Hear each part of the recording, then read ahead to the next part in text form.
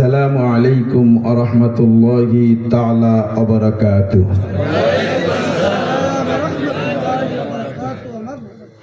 الحمد لله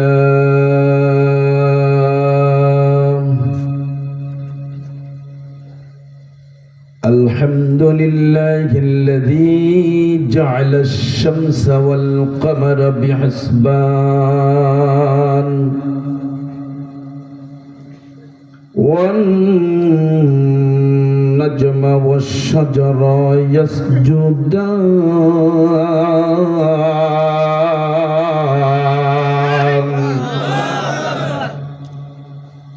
وفضل جمالا على جمال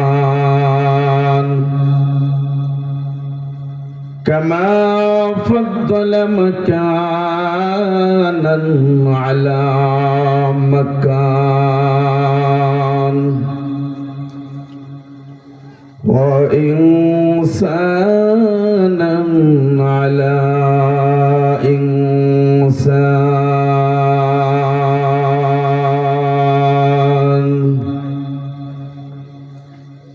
ونشهد أن لا إله إلا الله وحده لا شريك له لا جد له ولا ند له ولا مثل له ونشهد أن سيدنا وسندنا ومولانا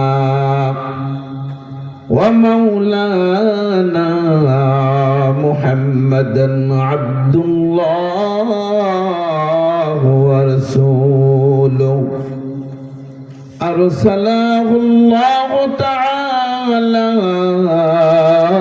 بالحق بشيرا ونذيرا وداعيا إلى الله بإذنه وسراجا منيرا أما بعد فأعوذ بالله من الشيطان الرجيم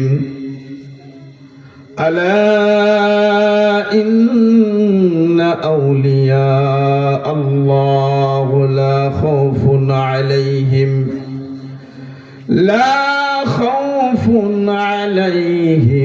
ولا هم يحزنون.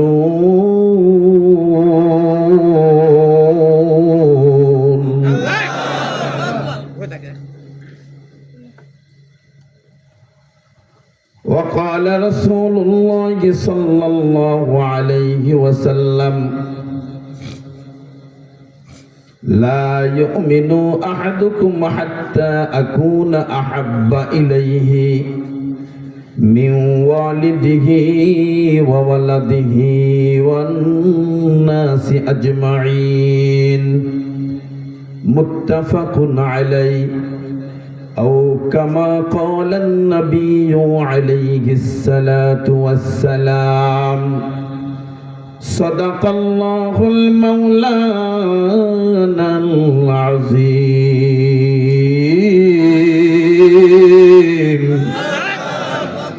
وصدق رسوله النبي الكريم ونحن على ذلك من الشاكرين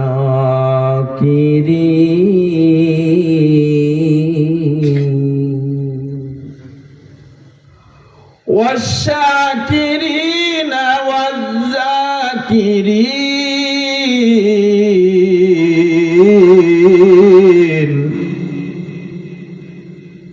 الحمد لله رب العالمين.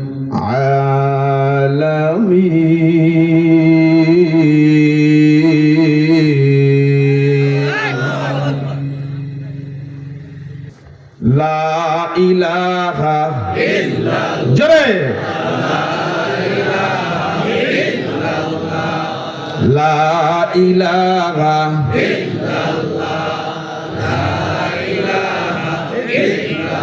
তোমার গুনার দিন ফু রইয়া যাইবে গুনার দিন ফু রাইয়া যাইবে যৌবনে লাগবে ভাতি ওই যে দেখো ডাকিতেছে তোমায় কবরের মাটি ঠিক না বেটি তোমার গোনার দিন ফু রাইয়া যাইবে গোনার দিন ফু রাইয়া যাইবে যৌবনে লাগবে ভাটি ওই যে দেখো ডাকিতেছে তোমায় কবরের মাটি ওই যে দেখো ডাকিতেছে তোমায় কবরের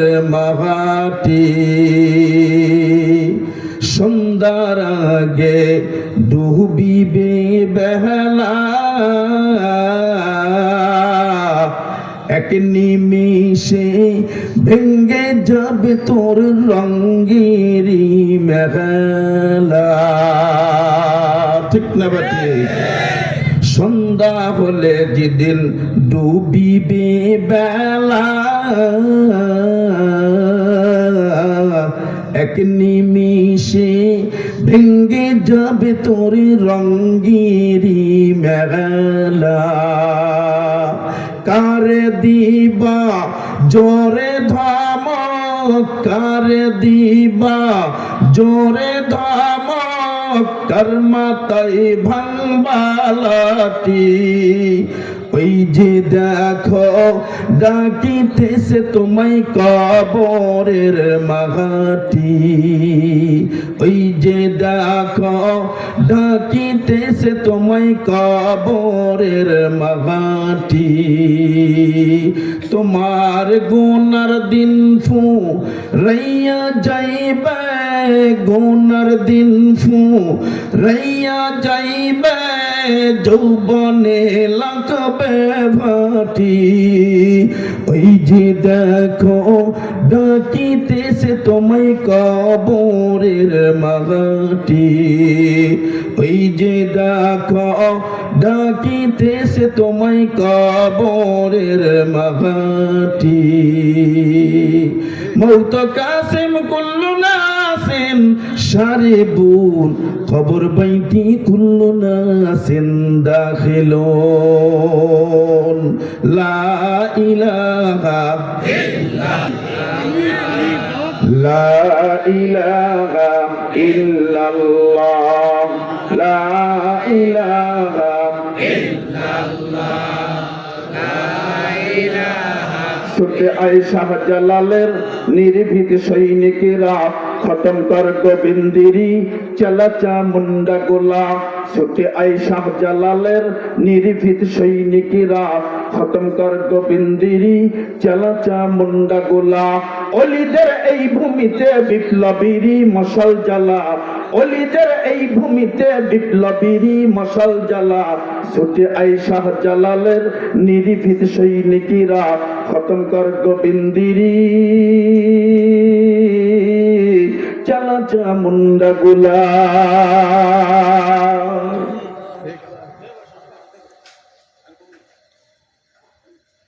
যতদিন পর্যন্ত ইসলামের আওয়াজ চলবে ততদিন পর্যন্ত মুসলমান নিরাপদ থাকবে ইসলামের আওয়াজ বন্ধ হবে মুসলমানের আওয়াজ বন্ধ হবে তো এরকম ভাবে টঙ্গীর ময়দানে যেমন রাতের অন্ধকারে ঘুমন্ত অবস্থায় আলেমকে জবাই করছে এভাবে আপনাকে যখন জবাই করবে আপনাকে জবাই করার সিদ্ধান্ত নিবে তখন আপনার বিবির কাছ থেকে আপনার মায়ের কাছ থেকে আপনার বাবার কাছ থেকে বিছানার থেকে উঠাইয়া নিয়ে আসিয়া জবাই করে কুত্তারে খাওয়াবে মুসলমান কথা বলার মতো শক্তি থাকবে না দাবি করে আই এম মুসলিম মুসলমানের কোন কও নাই তার ভিতরে ঠিক না বেঠিক খালি ৫ ওয়াক্ত নামাজ পড়লেই হবে না যেই জমিনে বাস করবা দিলের ভিতরে ফিকির থাকবে এই জমিনে যেন আল্লাহর হুকুম কায়েম হয় সেই চিন্তা আর চেতনা নিয়ে আপনাকে আমাকে চলতে হবে ঠিক না বেঠিক এই চিন্তা চেতনা কার কার আছে দুহাত তুলে আল্লাহকে দেখিয়ে দেন আল্লাহু আকবার। লিল্লাহি তাকবীর, লিল্লাহি তাকবীর। দিন ইসলাম, দিন ইসলাম। ইসলামের শত্রুরা আল্লাহ সবাইকে কবুল করো, সকলে বলি আমিন। আজকের মাহফিলের মঞ্চে উপবিষ্ট জাতির মাতার তাজ হযরত উলামা ইকরাম, আমার সামনে বয়োজ্যেষ্ঠ মুরব্বিয়ানে আইজাম, আমার যুবক ভাইয়েরা, ছোট্ট ছোট্ট বেগানা মাসুম সোনার মানিকেরা, পর্দার আড়ালের মা ও বোনেরা, মহান রব্বে করিমের দরবারে শুকরিয়া যে রব্বে করিম আমাদেরকে এই কনকনা শীতকে অপেক্ষা করে কোরআন ও হাদিসের কিছু কথা শোনা এবং বলার জন্য যে মালিক কবুল করেছেন, ওই সেই মহান রব্বে করিমের দরবারে শুকরিয়া ছেড়ে দেই। দল মত নির্বিশেষে অন্তরের অন্তঃস্থল থেকে সকাই বলি আলহামদুলিল্লাহ। আরেকবার বলি আলহামদুলিল্লাহ। হাশিমি বংশের কাঙ্ক্ষিত প্রতীক, মুক্তির দুধ, উম্মতের কান্ডারি, ইমামুল মুরসালিন, শফিউল মুজনাবিন, হাবিবে কিবরিয়া, যিনি হলেন মক্কাওয়ালা, যিনি হলেন মদিনাওয়ালা, যিনি হলেন উম্মতের কান্ডারি, রহমতের ভান্ডারি, যেই নবীকে সৃষ্টি না করলে কুল কায়নাত আল্লাহ কিছুই সৃষ্টি করতেন না, যেই নবী হলেন মাহশারে ময়দানের একমাত্র আপনার আমার মুক্তির কান্ডারি, মারহাবা বলবেন না? সেই বিশ্ব নবীর উপর দরুদ ছেড়ে দেই, সকলে বলি সাল্লাল্লাহু আলাইহি ওয়াসাল্লাম। মুআজ্জাজ হাজিরিন, আজকের আলোচনার বিষয়ে তাসাউফের কিছু কথা বলতে হবে, কিছু দিলের খোরাক আল্লাহ যেন আমাদের সবাই শুননেওয়ালা বলনেওয়ালাকে দান করেন, সকলে বলি আমিন। আপনার আমার কথার যেই কথাগুলো মুজাকারা করব, এই কথাগুলোর থেকে বেছে বেছে নিয়ে আপনাকে আমাকে যেন আমল করার তৌফিক দান করে, সকলে বলি আমিন। মুআজ্জাজ হাজিরিন, দুনিয়াতে আল্লাহ পাঠাইছেন, অনর্থক পাঠান নাই, একটা কাজ নিয়ে পাঠাইছেন, আর এই কাজটাই হলো আমল। কাজটার নাম কি? কাজটার নাম হলো আমল। কি আমল করবেন? যে নামাজ পড়তে বলছে নামাজ পড়বেন, রোজা করবেন, হজ ফরজ হলে হজ করবেন, পর্দা করবেন, এতটুকুর মধ্যে আমল সীমাবদ্ধ না, এতটুকুর মধ্যে আমল সীমাবদ্ধ নয়। একজন মুসলমানের আমল হলো দোলনাথ থেকে শুরু করে নিয়ে কবর পর্যন্ত মালিক যা বিধান দিয়েছে এর উপর পুরোপুরি ভাবে চলার চেষ্টা করা, ঠিক না ঠিক? চলার চেষ্টা তো দূরের কথা, চলার চেষ্টা তো করি না, আরো এইটার বিপরীত সীমা লঙ্ঘন করে চলি, ঠিক না ঠিক? একটা আমল শিখবো আজকে, কয়টা? সবাই বলেন কয়টা?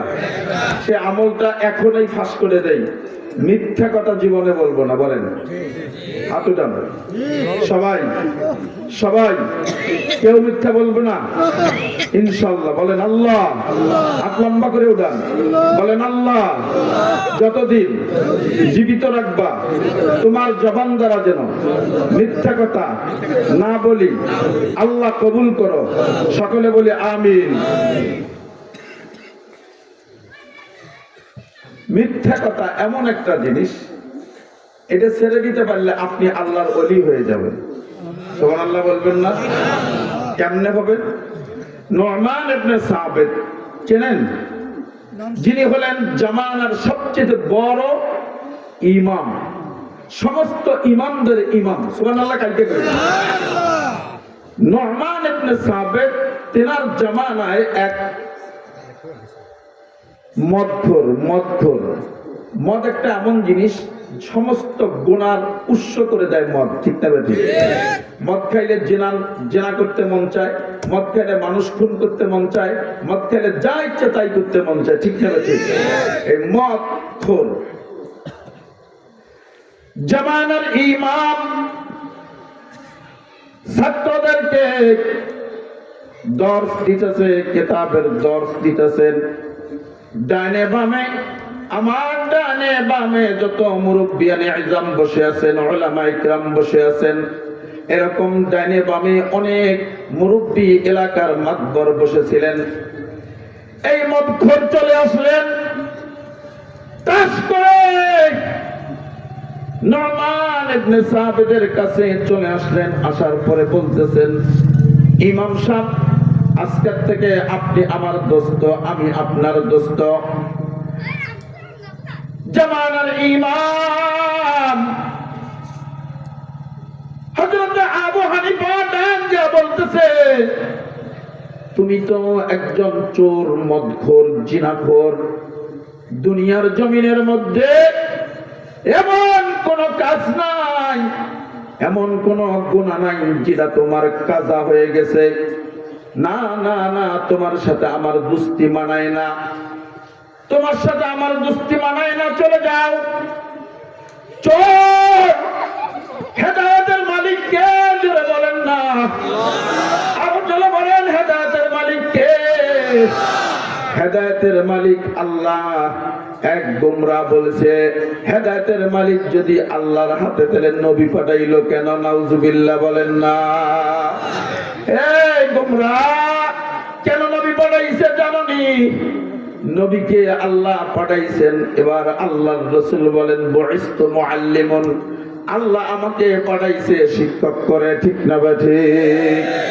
কোরআনের মধ্যে নামাজের কথা আছে, কয় ওয়াক্ত নামাজ পড়তে হবে, কোরআনে আসেনি? না না, কোরআনে নাই, কোরআনে নাই।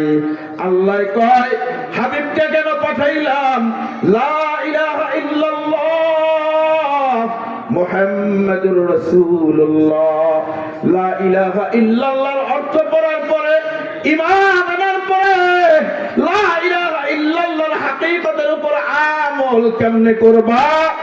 এ মুসলমান, আল্লাহর গোলাম, নবীর উম্মতের দল, কেমনে এর কালিমার হাকিকতের উপর আমল করবা? কোথাও সমস্যা যদি হয়ে যায়, কি সমাধান কে দিবে? এবার বলতেছে, মুহাম্মাদুর রাসূলুল্লাহ সাল্লাল্লাহু আলাইহি ওয়াসাল্লাম সমাধান দিবে। আমার হাবিব মুহাম্মাদুর রাসূলুল্লাহ সমাধান দিবে।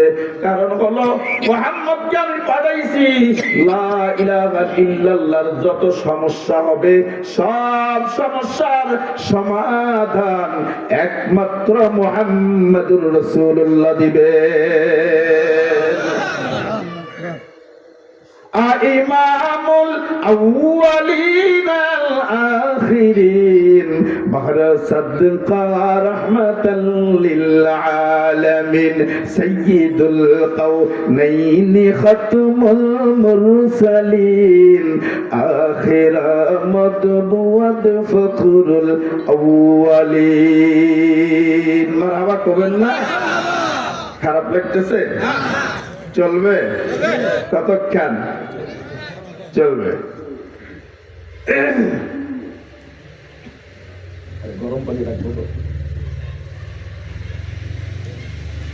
নুমান ইবনে সাবিত ডাক দিয়ে বলতেছেন, না না, তোমার সাথে দুস্তি আমার করা যাবে না। দুনিয়ার জমিনের এমন কোন গুনাহ নাই যেটা তুমি করো নাই। তুমি সবচেয়ে খারাপ মানুষ, তোমার সাথে আমার দুস্তি চলবে না, চলে যাও। না না, চোর বলতেছে, না, আমি চলে যাব না, আপনার সাথে দুস্তি করার জন্য এসেছি। কেন আপনি আমাকে যাইতে বলেন? কেন জোর করে যাইতে বলেন? না না, তোর মতো মদখোরের সাথে আমার দুস্তি হয় না।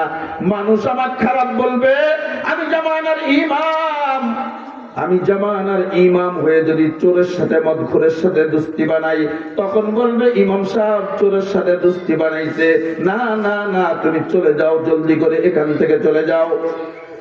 মদখোর কিছু দূর সামনে আগাইছে, হুট করে দাঁড়িয়ে ঘুরে চলে আসছেন। আসার পরে এবার বলতেছে, ও জামানার ইমাম, একটা কথা বলমনি, যদি অনুমতি দেন বলতে পারি, আর যদি অনুমতি না দেন তাহলে বলবো না। ইমাম সাহেব বলতেছে, বলো কি বলতে চাও? ইমাম সাহেব ডাক দিয়ে বলল, চলে যাও। কি বলবা বলো, কি বলতে চাও? এবার মদখোর বলতেছে, হুজুর, আমি বড় আশা নিয়ে এসেছিলাম আপনার সাথে দুস্তি করার জন্য। আপনি আমাকে কেন ফেরত দিচ্ছেন? আমারে দুস্তি বানায়া নেন, যে কোনো শর্তে আমি রাজি আছি, আমাকে দুস্তি বানায়া নেন। ইমাম সাহেব বলতেছে, না না, তুমি আমার শর্ত মানতেও পারবা না, অতএব তুমি চলে যাও, তুমি আমার দোস্ত হইতে পারবা না। ইমাম সাহেব এবার যখন এই কথা বলছেন, মক্কর বলতেছেন, হুজুর কি শর্ত দিবেন? আমার যা শর্ত দিবেন আমি তাই মেনে নেব, কিন্তু আপনার সাথে আমি দুস্তি পাতাবো। আল্লাহু আকবার বলেন না। আপনার সাথে আমি দুস্তি পাতাবো। বলেন হুজুর, বুক ভরা আশা নিয়া জামানার ইমাম সাহেবের কাছে চলে এসেছি দোস্ত বানার জন্য। আপনি বলেন কি শর্ত দিবেন? বুঝে নাও, বুঝে নাও, শর্ত মানতে পারবা? জি হুজুর, শর্ত মেনে নেব। বলেন আপনি কি শর্তটা দিবেন? এবার ইমাম সাহেব বলতেছে, আমার শর্ত শোনার জন্য রেডি হয়ে যাও, আমি তোমাকে এখন শর্তগুলা বলবো। বলেন হুজুর, বলেন কি শর্ত বলবেন? শর্ত হলো একটা শর্ত। শর্তটা হলো, তুমি মদ খাও আমি নিষেধ করব না, তুমি চুরি করো আমি নিষেধ করব না, তুমি জিনা করো আমি নিষেধ করব না, তুমি মিথ্যা, তুমি যা কিছুই করো না কেন আমি তোমাকে নিষেধ করব না। আমার একটা শর্ত। জি হুজুর, বলেন আপনার কি শর্ত? শর্তটা হলো, একটা শর্ত, তুমি যতদিন জীবিত থাকবা ততদিন পর্যন্ত মিথ্যা বলতে পারবা না।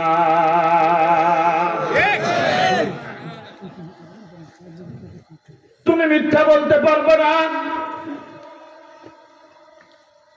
জি হুজুর, মেনে নিলাম, মিথ্যা কোনোদিন বলবো না। যদি না বলো তাহলে তুমি আমার দোস্ত। হাত মিলাও। হাত মিলাইয়া হুজুরের কাছ থেকে বিদায় নিয়ে চলে গেলেন। আল্লাহর বান্দা চলে গেলেন। এই নেশা, মানুষের নেশা, যারা বিড়ি খায় একবারে ছেড়ে দিতে পারবে না, ঠিক না ঠিক? এক একজনের এক একটা নেশা। চলে গেছে প্রেস ক্লাবে মদ খাওয়ার জন্য। যা বসছে, বন্ধু বান্ধব সবাই মদ খাচ্ছে, আল্লাহর বান্দা চুপ করে বয়ে রইছে। আল্লাহু আকবার বলেন না। চুপ করে বয়ে রইছে, কথা বলে না, মদের বোতলে হাত দেয় না, মদের দিকেও তাকায় না।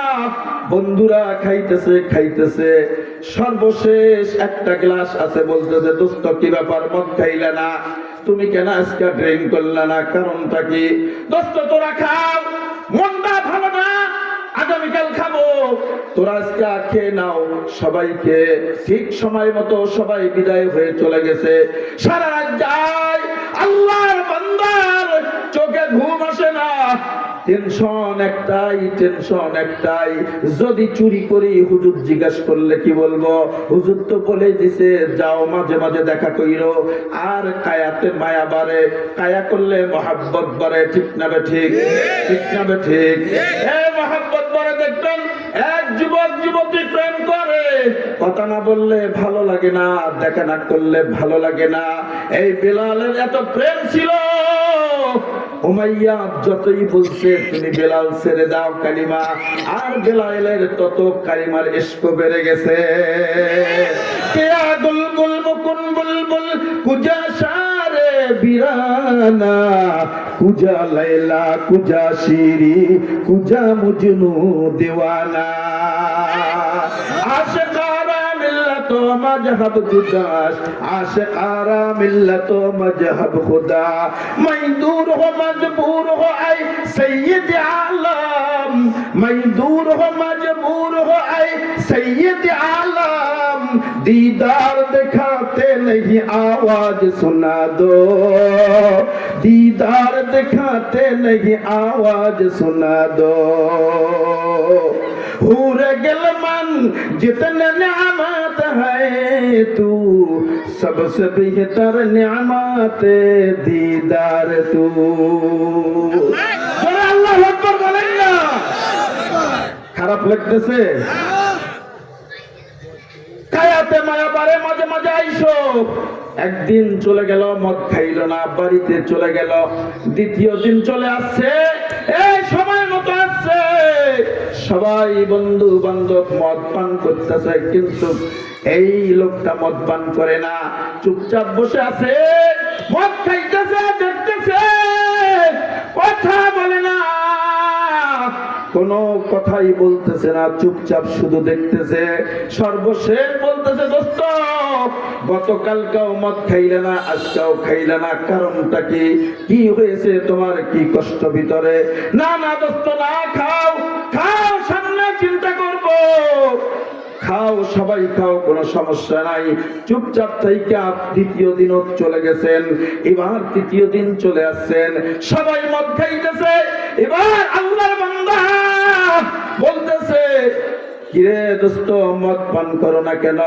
আমরা খাইতেছি 3 দিন হয়ে গেল, কেন তুমি মদ্যপান করো না? কারণটা কি? বলতেছে, দোস্ত আজকের দিনটা খাও, আগামী কাল আমার একটা ডেট আছে, ডেটটা শেষ হইলে চিন্তা করব, মদ খাবো না, ছাড়বো। 3 দিন পর চল সাক্ষাতে যাবে, বলছে দোস্ত আগামীকাল একটা ডেট আছে, ডেটটা শেষ হলে মদ খাবো না, ছাড়বো, এটা সিদ্ধান্ত কালকে হবে।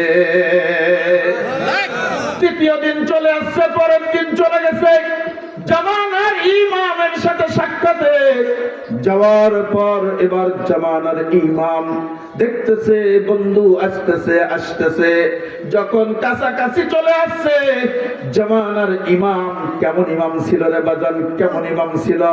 এই মুসলমান কেমন ইমাম ছিল, আর কেমন ইমামকে আমরা অনুসরণ করে চলি দেখো না, একটু বুঝিয়ে দেই।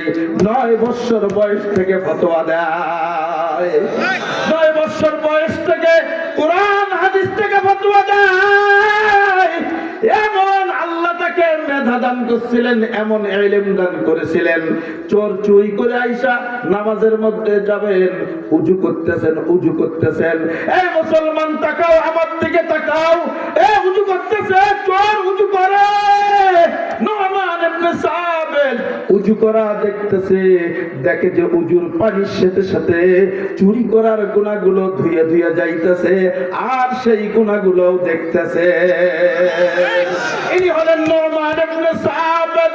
এই মুসলমান জিনা করে আসছে, জিনা করে আইসা এবার জিনার গুনাহ নিয়া মসজিদে চলে আসছে, গোসল কইরা মসজিদে আসছে, উজু করবে, উজু করতেছে, উজু করতেছে, বলতেছে, এই বান্দা আল্লাহর গোলাম তুমি কি জিনা করেছো নি? এবার আল্লাহর বান্দা বলতেছে, আমি যে জিনা করলাম জামানার ইমাম জানলো কেমনে? বলতেছে, উজু শেষ করার পর বলতেছে, ও শেখ আমি ঠিক গুনাহ করেছি। কয় জিনার গুনাহ করেছো? জি হুজুর জিনার গুনাহ করেছি। কিন্তু হুজুর আপনি কেমনে জানলেন? এবার বলতেছে, তুমি যে উজু করতেছো, উজুর সাথে সাথে তোমার জিনার গুনাহগুলো ধুয়ে ধুয়ে জমিনে যাচ্ছে। আউলিয়ারা